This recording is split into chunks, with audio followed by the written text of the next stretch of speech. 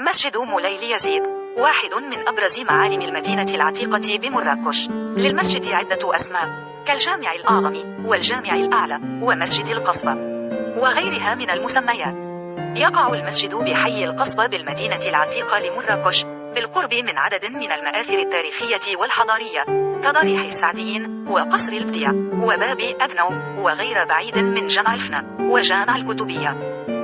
شيد المسجد من قبل السلطان الموحدي يعقوب المنصور، واستمر بناؤه 5 سنوات بين سنة 1185 ميلادية وسنة 1190 ميلادية. تبلغ مساحة المسجد 5053 متر مربع، أما طوله فيصل 78 متر بينما عرضه 71 متر.